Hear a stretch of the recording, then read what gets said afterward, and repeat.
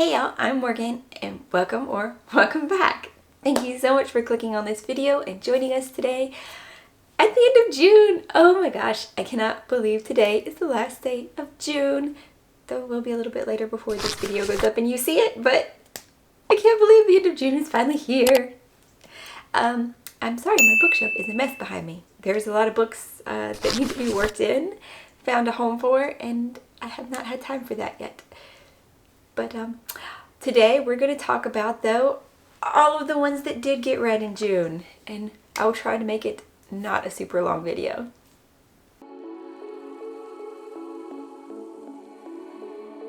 First up is Oathbringer, which is book 3 in the Stormlight Archive series. And this picks up not too far after the end of book 2, which really makes me happy, though. It does resolve something that book 2 did that I was very upset with it for, as in somebody came back that we thought was dead, which made no sense for her to be killed off. But she kind of, it's not too much a spoiler because at the end of book 2 you saw her come back there. So, but she actually got involved in the main story again and pieces came together. You found out more mind-blowing details. Like some things I just couldn't even, did not see that coming. I did a read-along vlog for this one if you would like to go check that one out. As it is the third book in the series, there is not as much to be talked about because spoilers. I really do need to figure out how to give better descriptions though for later books and series.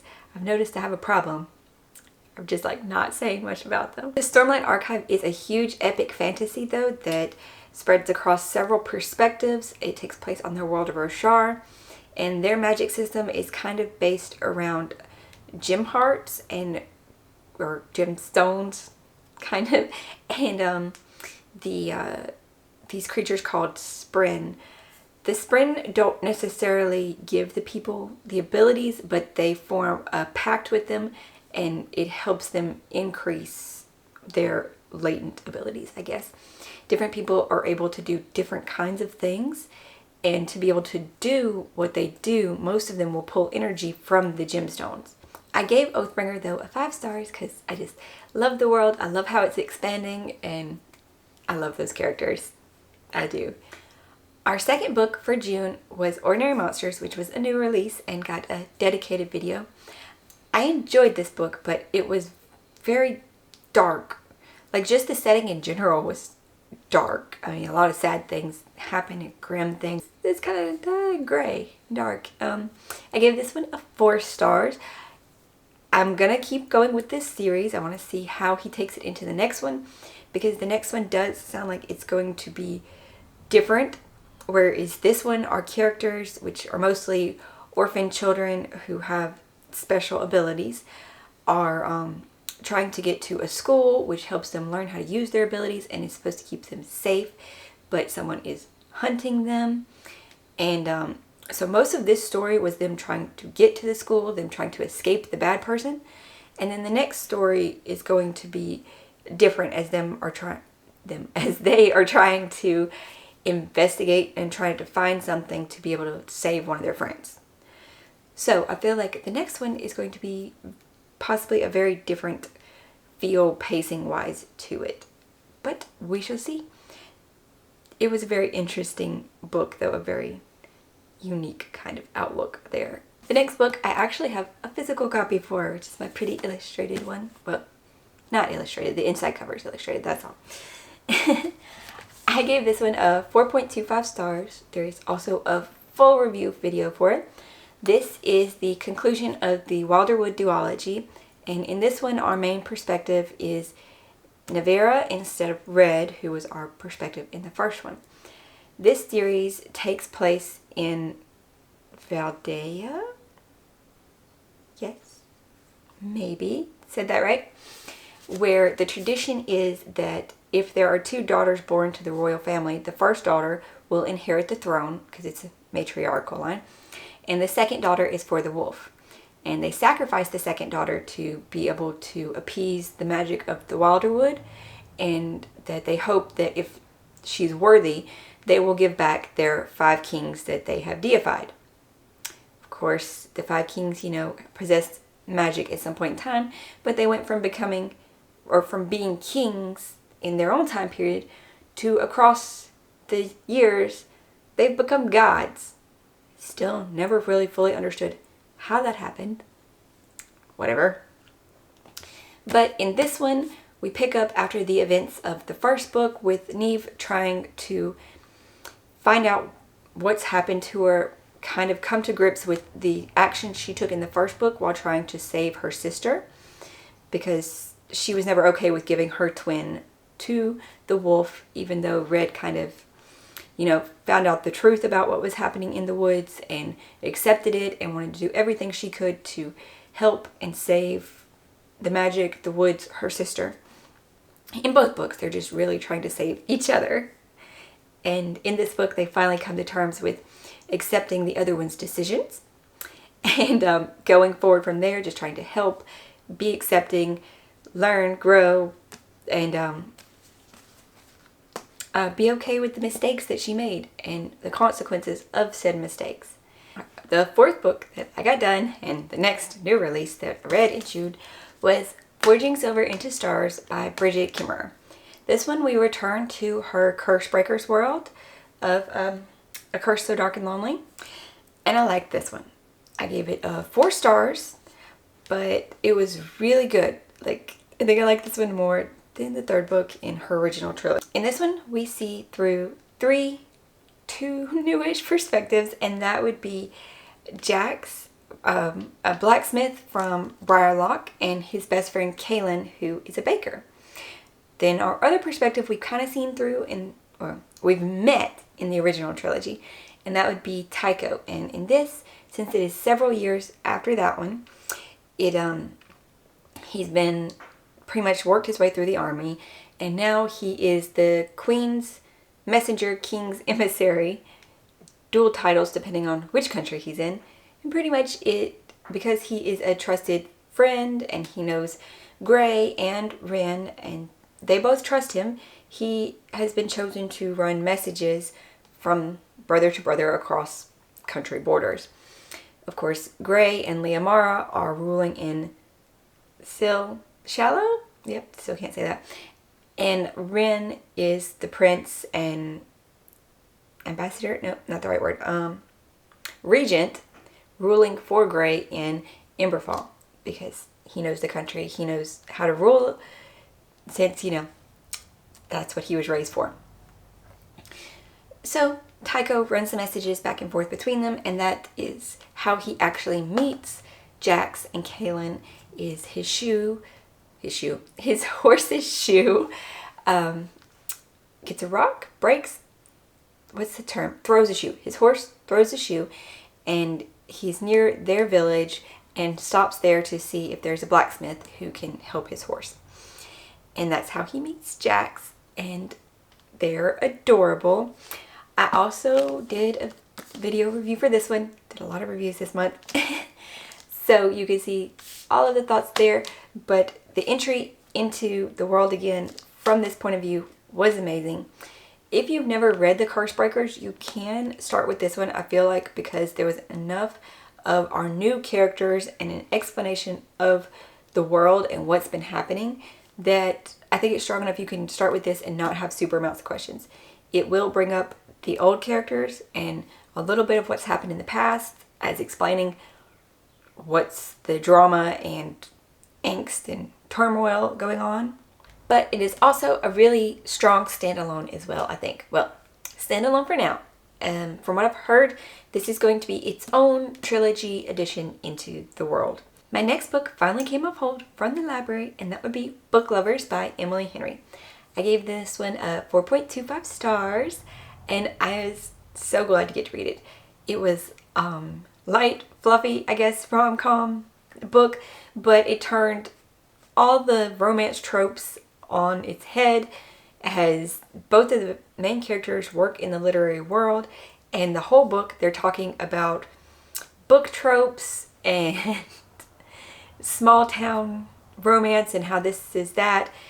It was just hilarious, and I loved the way that they talked to each other, how it was kind of snarky and sarcastic. And I know that some people don't like romances that do that, and like why do they have to like be smartasses to each other? Because it's their personality and it's how they are, and I love it. Oh my gosh. It just speaks to me so much.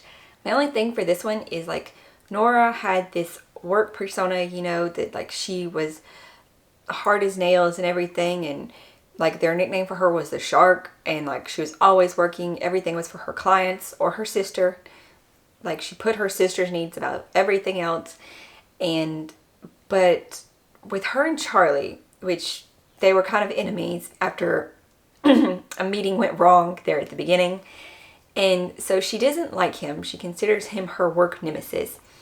But then when they're stuck in this small town situation together, and it's not exactly word vomit, but like she sends him stuff and like she lets out bits of her true self, like how she would really talk to somebody else really early on. So if you have this persona and everything and you don't like him, why are you already talking like that to him? She's like, I just can't seem to control my mouth when I'm near him, even though it was kind of over text.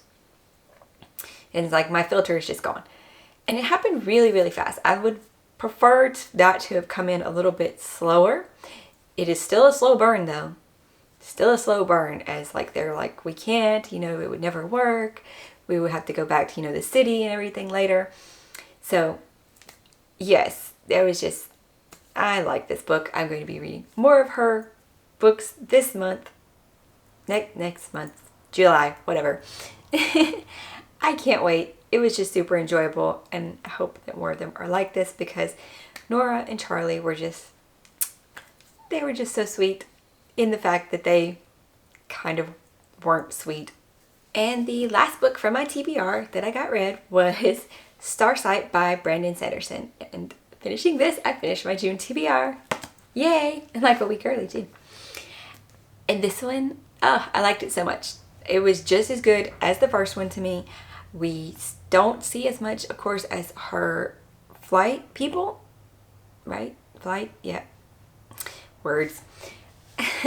Because Spencer does actually get off of detritus and she flies, and you get to see another space station and so many more creatures. Like, the universe really opens up in this book.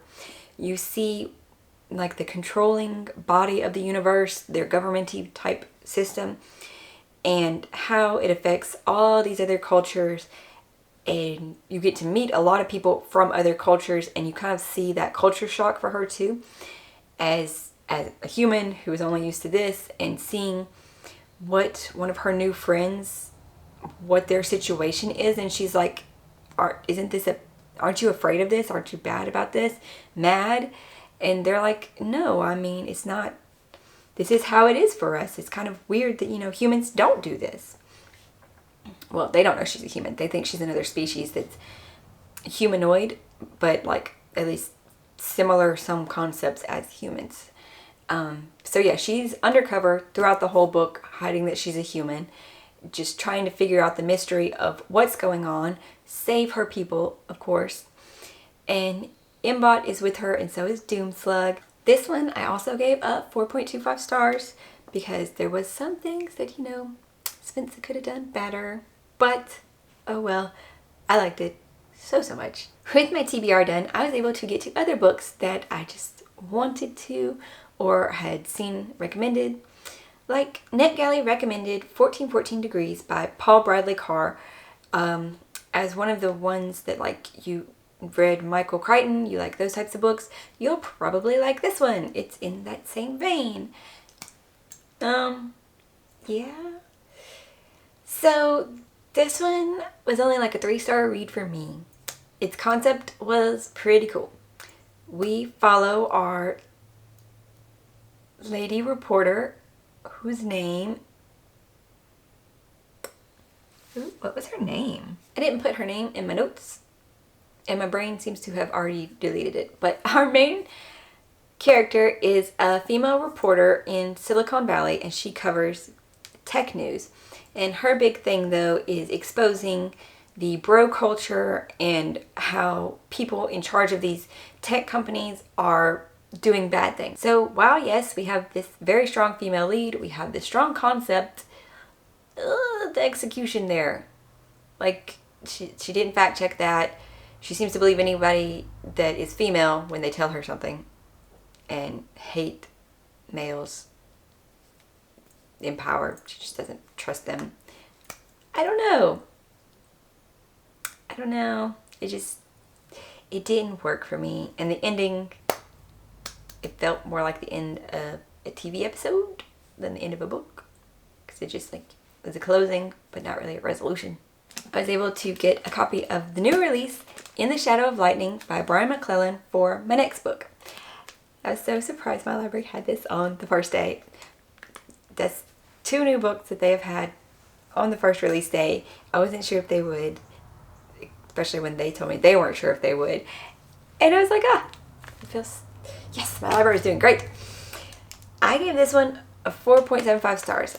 I know it's had kind of mixed reviews across the YouTube with reviewers, but I enjoyed this. I liked the concept of it, the new magic system with the god glass, which that's not the entire magic system. Think of the god glass kind of like Allomancy in Mistborn, but everyone can use it. Like they have things called cure glass and shackle glass. So cure glass, of course, would help cure somebody's injuries, and anybody can use it. And shackle glass, they use to interrogate people and make them do, as what they're told, kind of. But then there is something else, like our main character, Demir, is a glass dancer, which means he can manipulate any kind of glass, not even the magical kind, into tiny pieces and, kill people. So he's a very feared one. And then one of our other main characters is what is known as a breacher. But that is not exactly explained what that is. I don't feel like.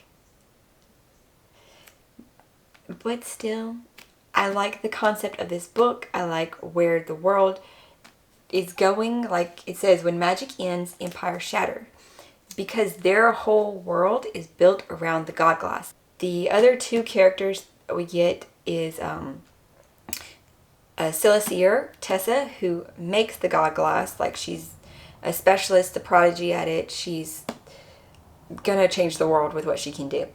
And our other main character is one of Demir's childhood friends, who is an enforcer, and she is also a minor glass dancer. Like, so she has a small bit of ability that's similar to Demir's, though Demir is just like super skilled at that as well, intelligent and super skilled. And but his friend Kizzy, though, she is an enforcer, which is kind of like a bodyguard, and he hires her to investigate into his mother's murder because he doesn't believe what happened to her. And the thing she uncovers, her storyline really brings in the secondary plot, and in the epilogue, you learn things that the description did not prepare me for. Surprises. So many surprises. So I was super happy that I got to get this one in this month. I have the full review video. Goodness, my words are getting slurred. That you guys can go check out. I highly recommend this book. And the final book that I will have read for June, because probably won't get anything really read today, is going to be Breach of Peace by Daniel Green. This one's more of a novella, obviously, super tiny. And I gave this one 3.75 stars. I haven't read very many short stories, I guess, in so many years. So maybe if I read more tinier novellas, stories, I could appreciate it a little bit more. If you want something that you can read in a day or less, and you want it to be fast-paced and detailed and still give you a story, this is good. Like I said, I'm just not super used to short stories, but it throws you in right from the beginning. You meet our character at a crime scene because she is an investigator. From the back, I don't know, I just thought it would have more about the rebels and the Empire, but yeah, that's not what happened. You're involved in this investigation over the course of a day, pretty much. Yeah, oh my gosh, everything takes place within one day. You start in the morning as she's at this crime scene, really horrific. A royal family has been gruesomely murdered. Like, oh my gosh, the grimness of this book, the gruesome, grim details. He does not spare you details so much. So you're at the crime scene, you're seeing it through her eyes, and as she's putting pieces together, trying to figure out what happened. Super fast paced, things keep happening. The slowest part would be while they're at the crime scene, because you're getting all the details of each different room before the action-y stuff starts happening. But then it's just a race to the end. There's some sad parts. Yes, I know he has a sequel, and he's working on the third one. I think it's the third one in the same series. I don't know. Right now, I'm confused as how the sequel takes place. We're gonna have, yeah. If you've read it, you know that what happens. I'm trying not to say. It's so hard because it's so tiny. But the end of it, I'm just like, really? You kind of get to know the main character a little bit, not a lot of it. I think if we had had more time, it would have been a higher rated book for me. But it was a good book in what he was trying to do with it. I could see where he's going with the world, at least. World building is always super important to me. And we didn't get enough of it, but I see where he's trying to go. So I will pick up the sequel, even though I have no idea how it connects, besides the fact that I guess it's in the same world. This is what I physically have that I got read in June. Yeah, there's our, audiobooks, library books, and the what's nots. But yeah, I think we did pretty good for June. How did y'all's TBR turn out? Did you get it finished or get something in that you really, really wanted? Have you read any of the ones I mentioned today or liked them, didn't like them? Let me know in the comments down below. And if you like this video, I have other reviews, unboxings, TBR, general bookish content for you guys to check out. And if you're liking my videos, please consider subscribing and joining our growing little community. I hope you're finding something awesome to read today, and I will see you in the next one. Bye!